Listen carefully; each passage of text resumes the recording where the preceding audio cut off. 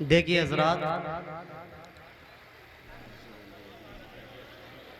میرا ویسے ہی وقت کم ہے، آپ حضرات یوں وقت برباد نہ کریں، کیونکہ ثواب اسے ہی ملے گا جو سننے کی نیت سے آیا ہوگا۔ بے شک حق بات ہے۔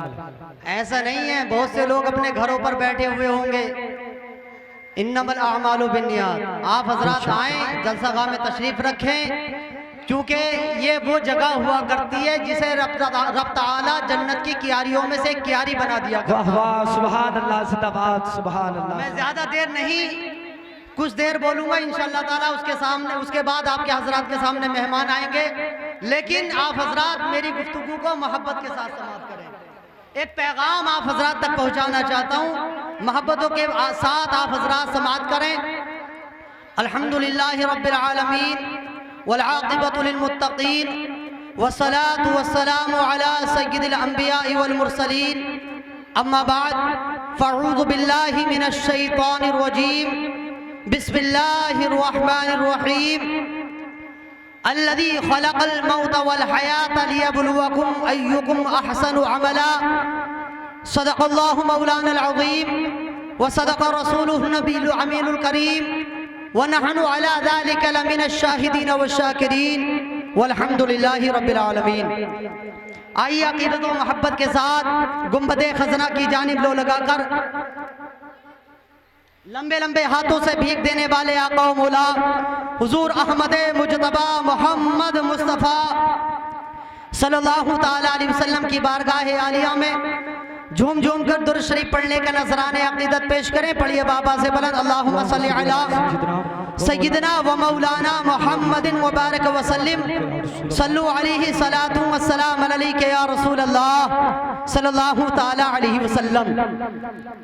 جس آیت کریمہ کی تلاوت کا میں نے شرف حاصل کیا، اس میں رب تعالیٰ ارشاد فرماتا ہے کہ بے شک اللہ تعالیٰ نے تمہاری زندگی اور موت کو جو پیدا فرمایا ہے، وہ اس وجہ سے پیدا فرمایا تاکہ تم لوگوں کی جانچ ہو سکے، تم لوگوں کی جانچ ہو سکے کہ تم لوگوں میں کون اچھے عمل کرنے والا ہے۔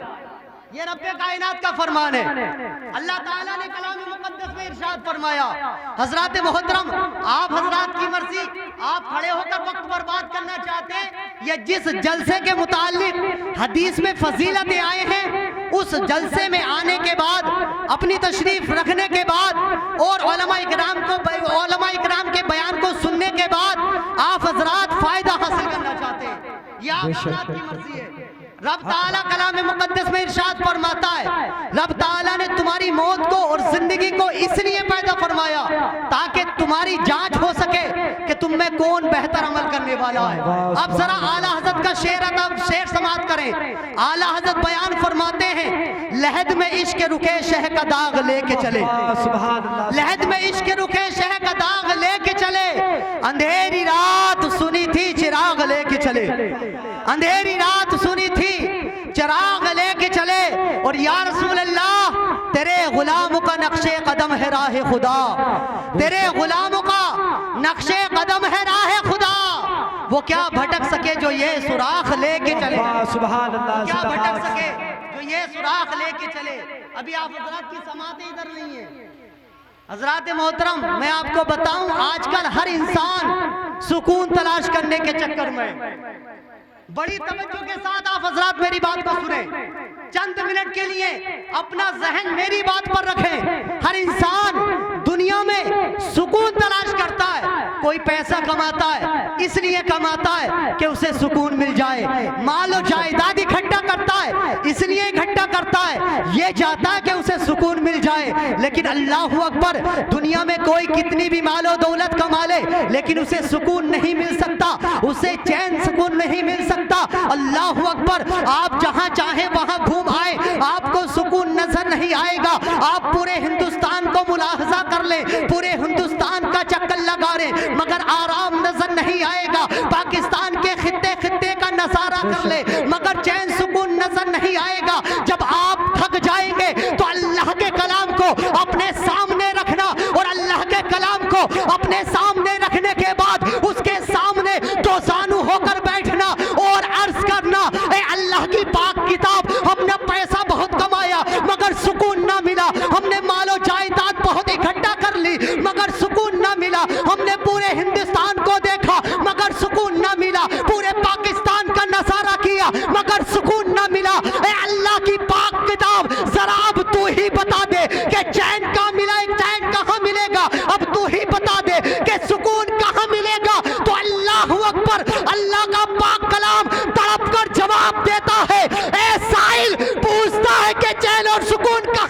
گا تو سن، الا بذکر اللہ تطمئن القلوب، اللہ کے ذکر سے دلوں کو چین اور سکون، زندہ باد، سبحان اللہ سبحان اللہ، واہ واہ، چین اور سکون اگر ملا کرتا ہے تو پیسہ کمانے سے نہیں بلکہ اللہ کے ذکر سے ملا کرتا ہے۔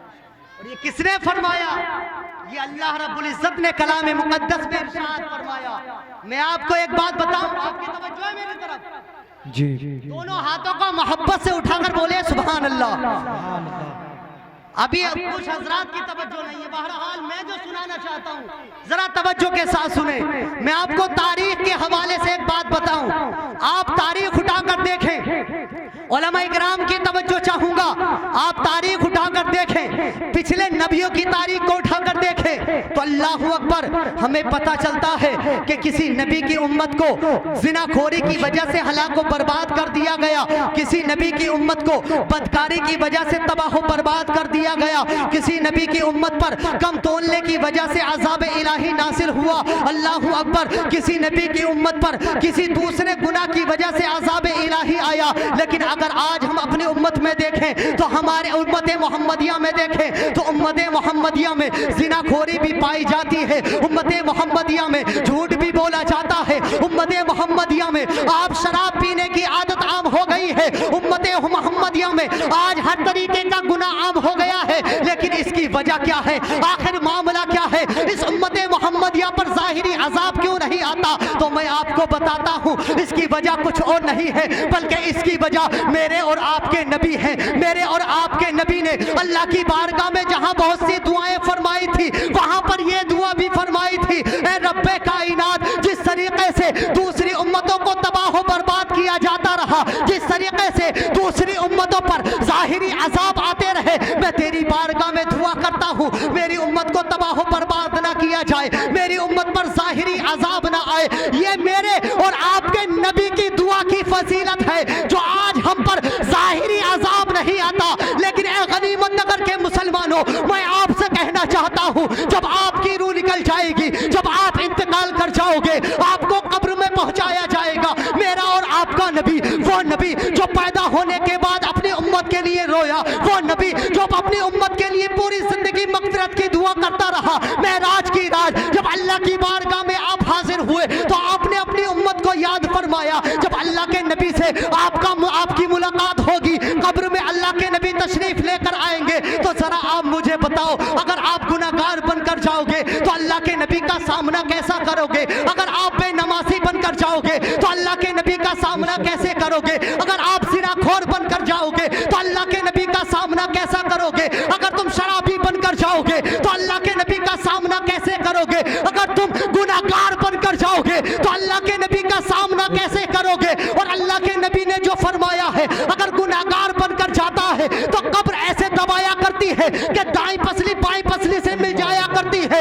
اللہ اکبر، یہ اس بندے کے لیے ہے جو گناہگار بن کر جایا کرتا ہے، لیکن اللہ کی قسم، جو بندہ نمازی بن کر جایا کرتا ہے، جو بندہ گناہوں سے بچ کر جایا کرتا ہے، ارے جو بندہ مصطفیٰ کا غلام بن کر جاتا ہے، قبر کی مٹی کے لیے ہمارے جسم کو کھانا تو بہت دور کی بات ہے، ہمارے جسم پر جو کفن پڑا ہوا ہوگا اس کفن کو بھی میلا نہیں کر سکتی ہے۔ اسی لیے تو ہم کہا کرتے ہیں، زمین میلی نہیں ہوتی، زمن میلا نہیں ہوتا، اور محمد کے غلاموں کا کفن میلا۔ نعرہ تکبیر، نعرہ رسالت، فیضان اعلیٰ حضرت، فیضان شاہ شرافت، سرزمین غنیمت نگر، نعرہ تکبیر، واہ واہ، زندہ باد۔ لیکن یہ کب ہوگا مسلمانوں؟ یہ اس وقت ہوگا جب آپ نمازی بن کر جائیں گے، شراب سے توبہ کر کر جائیں گے، جب آپ اپنے گناہوں سے توبہ کر کر جائیں گے، نہ تو اللہ اکبر، اللہ اکبر، قبر کا وہ معاملہ، منکر نکیر آتے ہیں، سوالات کرتے ہیں، اگر بندہ جواب نہیں دے پاتا تو قبر اس طریقے سے دباتی ہے کہ دائیں پسلی بائیں پسلی سے مل جایا کرتی ہے۔ بے اپنی شک بات کو ختم کرتا ہوں، بہت سے لوگ کہا کرتے ہیں ہم گناہگار ہیں، ہم نے نمازیں نہیں پڑھی، ہم نے روزے نہیں رکھے، ہم کیسے بخشے جائیں گے؟ پریشان ہونے کی ضرورت نہیں، اللہ کی بارگاہ میں سچی توبہ کر لو، اللہ کی بارگاہ میں سچی توبہ کر لو۔ جس طریقے سے ہماری ماں ہم سے پیار کیا کرتی ہے، ہمارا جو رب ہے ہماری ماں سے 70 گنا زیادہ اپنے بندوں سے پیار کیا، واہ واہ سبحان اللہ سبحان 70 گنا زیادہ اپنے بندوں سے پیار کیا کرتا ہے۔ ایک حدیث سن لیں، اپنی بات کو ختم کر دوں گا، لیکن محبت کے ساتھ سنیں۔ جو بندے کہا کرتے ہیں ہم گناہگار ہیں، توجہ کے ساتھ سنیں۔ حضرات محترم فقی ابو اللیث رحمۃ اللہ تعالی علیہ روایت کرتے، حضرت عمر فاروق اعظم خلیفہ دوم اللہ کے نبی کی بارگاہ میں حاضر ہوتے، اور حاضر کس انداز میں ہوتے؟ توجہ کے ساتھ سنیں، اس انداز میں حاضر ہوتے کہ آپ کے آنکھوں سے آنسو جاری تھے، آپ کی آنکھوں سے آنسو جاری تھے، اللہ کے نبی کی بارگاہ میں حاضر ہوتے، اللہ کے نبی ارشاد فرماتے، اے عمر معاملہ کیا ہے؟ اے عمر وجہ کیا ہے؟ تم رو رہے ہو، اے عمر معاملہ کیا ہے؟ حضرت عمر کہتے ہیں یا رسول اللہ آپ کے دروازے پر ایک نوجوان ہے، یا رسول اللہ وہ اس انداز میں رو رہا ہے، اس کا رونا دیکھ کر یا رسول اللہ میرے جسم پر کپ کپی طاری ہو گئی ہے، یا رسول اللہ اسے اپنی بارگاہ میں بلا لیجئے۔ اللہ کے نبی نے حکم دیا کہ اس بندے کو میری بارگاہ میں بھیج دیا جائے۔ اللہ اکبر، نوجوان حاضر ہوتا ہے، اللہ کے نبی ارشاد فرماتے ہیں اے نوجوان معاملہ کیا ہے؟ اللہ اکبر، نوجوان عرض کرتا ہے یا رسول اللہ بڑا گناہگار ہوں، یا رسول اللہ بہت بڑا میں نے گناہ کر دیا ہے۔ اللہ کے نبی ارشاد فرماتے ہیں اے نوجوان معاملہ کیا ہے؟ تو نے کون سا گناہ کر دیا ہے؟ وہ نوجوان عرض کرتا ہے یا رسول اللہ بہت بڑا میں نے گناہ کر دیا ہے۔ اللہ کے نبی ارشاد فرماتے ہیں اے نوجوان گناہ بتاتا کیوں نہیں ہے؟ کیا زمین سے بھی بڑا کہ تیرا گناہ ہے؟ وہ نوجوان عرض کرتا یا رسول اللہ ہاں زمین سے بھی بڑا میرا گناہ ہے۔ ذرا توجہ کے ساتھ سننا، اللہ کے نبی ارشاد فرماتے ہیں ذرا یہ بتا کیا آسمان سے بھی بڑھ کر تیرا گناہ ہے؟ وہ نوجوان عرض کرتا یا رسول اللہ ہاں آسمان سے بھی بڑا میرا گناہ ہے۔ اللہ کے نبی ارشاد فرماتے ہیں اے نوجوان ذرا یہ بتا دے کہ اللہ کی رحمت سے بڑھ کر تیرا گناہ ہے؟ وہ نوجوان رونے لگتا ہے، ہچکی بن جاتی ہے، عرض کرتا ہے یا رسول اللہ میرا گناہ کتنا بھی بڑا ہو جائے لیکن اللہ کی رحمت سے بڑا نہیں ہو سکتا ہے، اللہ کی رحمت سے بڑا نہیں ہو سکتا ہے۔ میرے نبی ارشاد فرماتے ہیں تو پھر پریشان ہونے کی ضرورت نہیں ہے،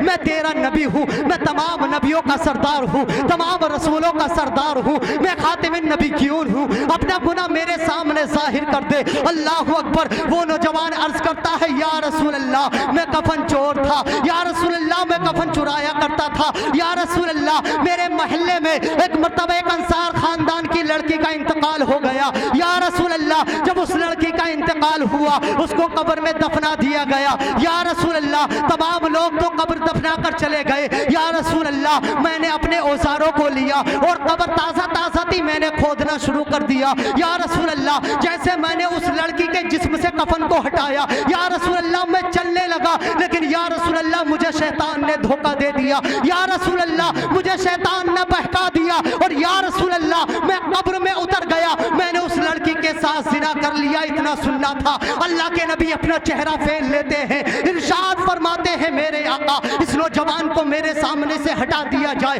اس نوجوان کو میرے سامنے سے ہٹا دیا جائے۔ نوجوان قدموں پر گر جاتا ہے، عرض کرتا ہے یا رسول اللہ اگر آپ کی بارگاہ سے چلا جاؤں گا تو کہاں جاؤں گا؟ اگر آپ کی بارگاہ سے چلا جاؤں گا تو کون میری فریاد کو پہنچے گا؟ اگر آپ مجھے اپنی بارگاہ سے بھگا دیں گے تو یا رسول اللہ کس کی بارگاہ میں معافی مانگوں گا؟ اللہ کے نبی ارشاد فرماتے ہیں اس نوجوان کو میرے سامنے سے ہٹا دیا جائے۔ اللہ اکبر، وہ نوجوان چلا جاتا ہے، روتا رہتا ہے، روتا رہتا ہے۔ آپ کو کیا لگتا ہے کہ اللہ کے نبی اس نوجوان کو بھول گئے ہوں گے؟ ارے نہیں نہیں، اللہ کے نبی کی شان تو یہ ہے کانٹا لگے کسی کو، تڑپتے ہیں ہم امیر، سارے جہاں کا درد ہمارے جگر میں ہے۔ ارے اللہ کے نبی کی شان تو یہ ہے اگر ان کے امتیوں کو کانٹا لگا کرتا ہے تو میرے نبی کو تکلیف ہوا کرتی ہے۔ اللہ کے نبی کی شان تو یہ ہے جب حشر کا میدان ہوگا، نفسی نفسی کا عالم ہوگا، جب کوئی کسی کا نہ ہوگا، جب باپ بیٹے سے بھاگ رہا ہوگا، بیٹا باپ سے بھاگ رہا ہوگا، ماں بیٹی سے بھاگ رہی ہوگی،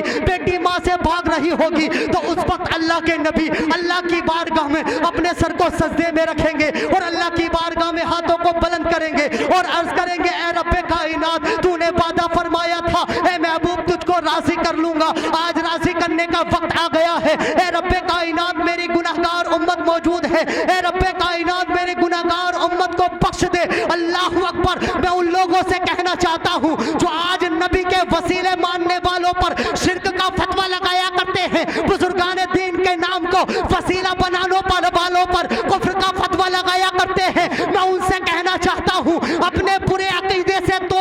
کرو ورنہ موت آ جائے گی، اور موت کے بعد حشر کے میدان میں جب اپنی آنکھوں سے سارا معاملہ دیکھو گے تو لاکھ مرتبہ توبہ کرو گے لیکن توبہ کو قبول نہیں کیا جائے گا، کیونکہ میرا امام اس زمین پر کہہ گیا آج لے ان کی پناہ، آج مدد مانگ ان سے، کل نہ مانیں گے قیامت میں اگر مانگ۔ نعرہ تکبیر، نعرہ رسالت، فیضان اعلیٰ حضرت، فیضان شاہ شرافت، نعرہ تکبیر، واہ واہ سبحان اللہ۔ حضرات محترم، وہ نوجوان اللہ کے نبی کی بارگاہ سے گیا تو آپ کیا سمجھتے ہیں وہ ایک دن رویا ہوگا، وہ 2 دن رویا ہوگا؟ نہیں نہیں، وہ ایک دن نہیں، 2 دن نہیں، بلکہ مسلسل 40 دن تک روتا رہا، اللہ کی بارگاہ میں دعا کرتا رہا، مولا کریم گناہ ہو گیا ہے، مولا کریم اگر تیری بارگاہ سے بھی چلا گیا تو کہاں جاؤں گا، اے مولا کریم اگر تو نے معاف نہ فرمایا تو کس کے دروازے پر جاؤں گا، میرے گناہوں کو معاف فرما دے۔ اللہ اکبر، 40 دن تک وہ نوجوان روتا رہا، اللہ کی رحمت کو جوش آیا، اتنا بڑا گناہ کرنے والا اللہ کی رحمت کو جوش آتا ہے، اور اللہ رب العزت نے جبرائیل علیہ السلام کو حکم دیا، اے جبرائیل جاؤ میرے محبوب کی بارگاہ میں چلے جاؤ اور میرے محبوب کو خوشخبری سنا دو۔ اللہ اکبر، جبرائیل حاضر خدمت ہوتے ہیں، عرض کرتے ہیں یا رسول اللہ آپ کا گناہگار امتی ہے، یا رسول اللہ آپ کا غلام ہے، 40 دن سے رو رہا ہے، اپنی بارگاہ میں بلا لیجئے۔ یا رسول اللہ 40 دن ہو گئے ہیں، رب تعالیٰ نے آپ کے صدقے میں اس کی توبہ کو قبول فرما لیا ہے، سبحان اللہ۔ اسی لیے تو پڑھے لکھے تاجدار ارشاد فرماتے ہیں یا رسول اللہ کر کے تمہارے گناہ مانگے تمہاری پناہ، کر کے تمہارے گناہ مانگے تمہاری پناہ، اور تم کہو دامن میں آ تم پہ کروڑوں، واہ سبحان اللہ سبحان اللہ، واہ کہو دامن میں آ تم پہ کروڑوں درود۔ یہ اللہ کے نبی کی بارگاہ ہے، جو بھی آتا ہے خالی ہاتھ نہیں جاتا، اللہ کی بارگاہ میں توبہ تو کیجئے، بے شک رجوع تو کیجئے۔ جب اللہ کی بارگاہ میں توبہ کرو گے نا تو اللہ تعالیٰ توبہ کو بھی قبول فرمائے گا، بے شک حق بات، توبہ کو قبول فرمائے گا، کیونکہ رب تعالیٰ تو خود ارشاد فرماتا ہے جو بندہ میری بارگاہ میں سچی توبہ کرتا ہے میں اس کی توبہ کو قبول فرماتا ہوں۔ سبحان اور اللہ کے نبی کا ارشاد ہے التائب من الذنب کمن لا ذنب له، گناہوں سے توبہ کرنے والا ایسا ہو جاتا ہے جیسا اس نے گناہ کیا ہی نہ ہو۔ رب تعالیٰ کی بارگاہ میں دعا ہے کہ اگر مجھ سے کہنے میں کوئی کمیاں غلطیاں ہو گئی، اور رب تعالیٰ کی بارگاہ میں دعا ہے رب تعالیٰ ان تمام کو معاف فرمائے اور ہم تمام کو کہنے سے زیادہ ان باتوں پر عمل کرنے کی توفیق عطا فرمائے۔ ایک مرتبہ کلمہ طیب کا ورد کر لیجئے، لا الہ الا اللہ محمد رسول اللہ، استغفر اللہ ربی من کل ذنب واتوب الیہ وما علینا الا البلاغ۔ السلام علیکم۔